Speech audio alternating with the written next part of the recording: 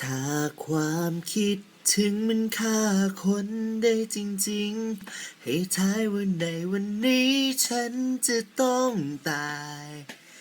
กี่ครั้งแล้วรู้ไหมที่เธอไม่อยู่ความคิดถึงมันทำงานทั้งวัน1 วันมี1,440 นาทีฉันคิดถึงเธอทุกๆวินาทีเธอคิดดูก็แล้วกันกว่าจะพ้น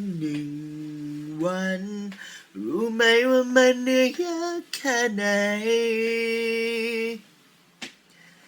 เมื่อไม่มีเธอครับก็ผู้การเองกำลังจะกลับไปหามาม่าแต่พอดีฝนตกก็เลยว่ายังไม่ได้กลับเพราะว่าติดฝนไงเพื่อนๆมาช่วยอุดหนุนคีมอุดหนุนกูต้าอะไรอย่างนี้ของผู้กันด้วยนะครับ